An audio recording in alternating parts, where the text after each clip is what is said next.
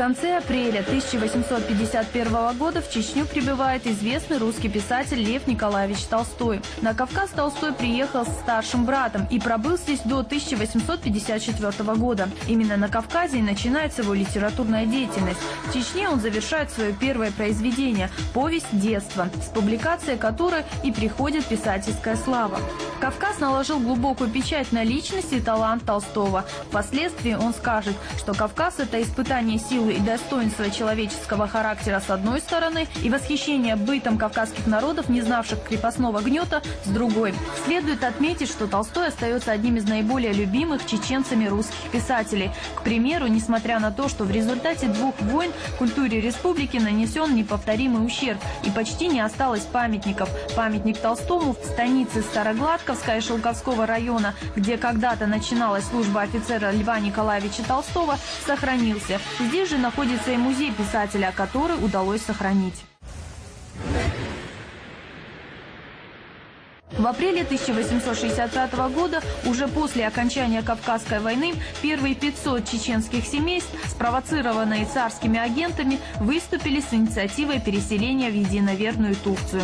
Возможность такого выселения кавказское начальство рассматривало уже с 1863 года. С подачи властей организатором переселения выступил отпрыск из семьи Алдара из Тагаурии Муса Кундухов, который под этот проект тайно получил от властей крупные денежные средства. В течение нескольких лет в общей сложности было переселено около 5000 чеченских семей, земли которых правительство впоследствии отобрало в казну, превратив их в государственный земельный фонд. В сентябре 1868 года, после долгих лишений, обманутые переселенцы предпринимают отчаянную попытку пересечь границу и вернуться на историческую родину. Однако восстание было уже подавлено османской армией. Карьера же Кундухова в Турции сложилась весьма удачно, чего нельзя сказать о людях, которых он подтолкнул к переселению.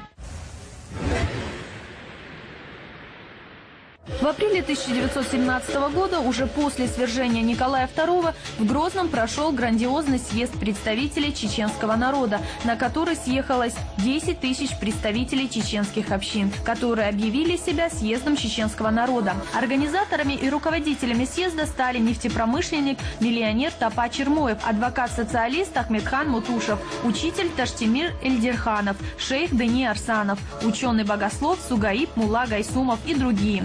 Съезд избрал Чеченский национальный совет во главе с Мутушевым, высказался за созыв съезда горских народов Кавказа и провел выборы делегатов на этот съезд. Впоследствии Чеченский национальный совет стал органом власти горского правительства на территории Чечни. Следует отметить, что несмотря на серьезные противоречия во взглядах его участников на будущее Чечни, съезд принял историческое решение о создании национальных органов власти, хотя и в рамках политического союза с другими горскими народами Северного Кавказа.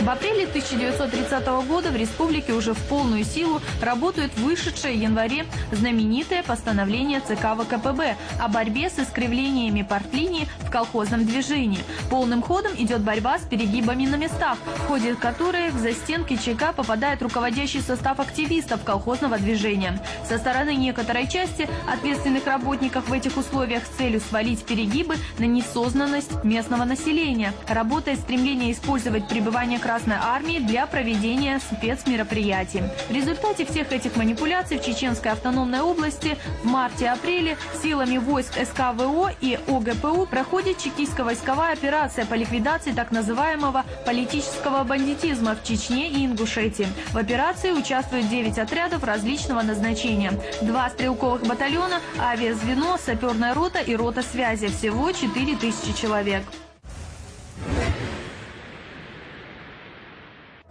25 апреля 1945 года на реке Эльбе прошла знаменитая встреча союзников по антигитлеровской коалиции. Первым из советских военнослужащих, встретивших американские войска, стал командир кавалерийского полка подполковник Мовлат Висаитов. Мовлат Висаитов – профессиональный военный. За годы войны Висаитов прошел боевой путь от Терека до Эльбы. Командовал 255-м отдельным чечено-ингушским кавалерийским полком и 28-м гвардейским полком. К званию Героя Советского Союза представлялся в июне 1945 года, однако звание было присвоено посмертно только в мае 1990 года. В представлении Висаитова перечислены его военные заслуги, взятые города и населенные пункты, более 3500 пленных, тысячи освобожденных из фашистских концлагерей. Среди наград Висаитова не только ордена и медали СССР, но и награды Польши, Венгрии и Чехословакии, а также американский орден «Легион чести», перед которым встают президент и сенаторы США. После отставки полковник Висаитов работал заместителем министра внутренних дел республики. Умер 23 мая 1986